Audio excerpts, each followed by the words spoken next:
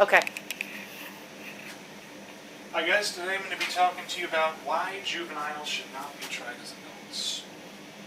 Childhood is a confusing time for all of us. Our life has only just begun. In this day and age, we're bombarded with so much information, while at the same time, our mind and body go through the same changes.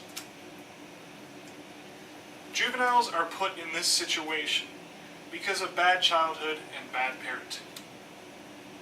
The issue is not to decide how to punish them, but to provide for them what they never had as a younger child. If it was your child, would you want them to stand trial as an adult? No. No? Today, we're going to be talking about the need to understand, in this speech, I will be talking about why we shouldn't try juveniles as adults, and explaining why. The need to understand the problems children face while growing up, the benefits of fixing the problem with the child, rather than just throwing his life away, and how never giving up on our children will work towards a better society.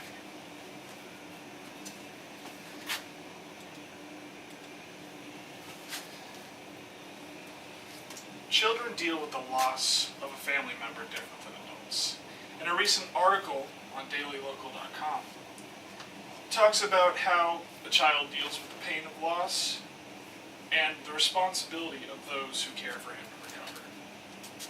And quote, "It's important to consider that different than child grief, adults tend to deal with grief head on. Society expects them to do that. A child doesn't have the capacity to do that." And this was quoted by Dr. Schoenfield after his research. It's also known that children with poor decision-making skills will develop behavioral problems. As an example, an article from Oregon State shows the results of a behavior assessment of 12 to 13-year-old children. And it was based on their behavioral reports. They found that children who scored worse on the initial decision-making assessment were more likely to have behavioral problems later on in their life. It has been made evident that children deal with difficult problems while growing up.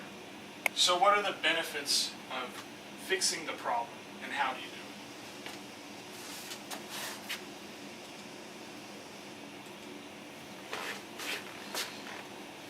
Parents should teach their children how to deal with the other kids that they have problems with at school in a certain way. They should be teaching the child how to fix themselves dealing with that person, and not the other person's child. Children with behavior problems should also have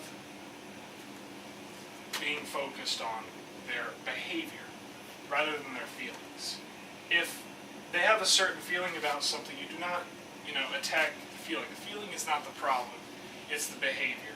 And when you attack the feelings, they feel like they're not being heard, and they feel alone because it's a confusing time for them.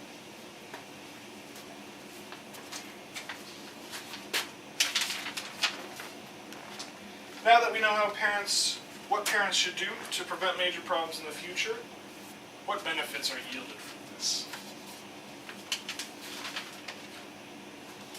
Children who live a happier childhood are more likely to become successful as adults. An article from Time.com talks about this, and the article says, in quote, "Happiness is a tremendous advantage in a world that emphasizes performance. On average, happy people are more successful than unhappy people at both work and love. They get better performance reviews, have more prestigious jobs, and earn higher salaries. They are more likely to get married, and once married, are more satisfied with their marriage." And also, this might this might not sound right, but it's been proven that parents who overcompliment their children unmotivate them. An article from the New York Times explains this. There was a doctor who did an experiment with children and puzzles. Dr. Dweck, I'm sorry about this, the paragraph's a little messed up, so I'm trying to read it, not get lost. Dr. Dweck tells some, but not all of the kids, how very bright and capable they are. And the others, he didn't show them as much encouragement. And as it turns out, the children who are not told they're smart and are more motivated to tackle increasingly harder problems because of the thrill and the challenge. The ones who were overcomplimented feel pressure as what's expected of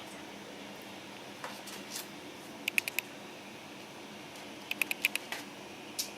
All young children lead confusing and difficult lives. It is up to the parents, as well as other adults around them, to care for them and understand them. Now you should realize how much one's direction in life is decided in childhood.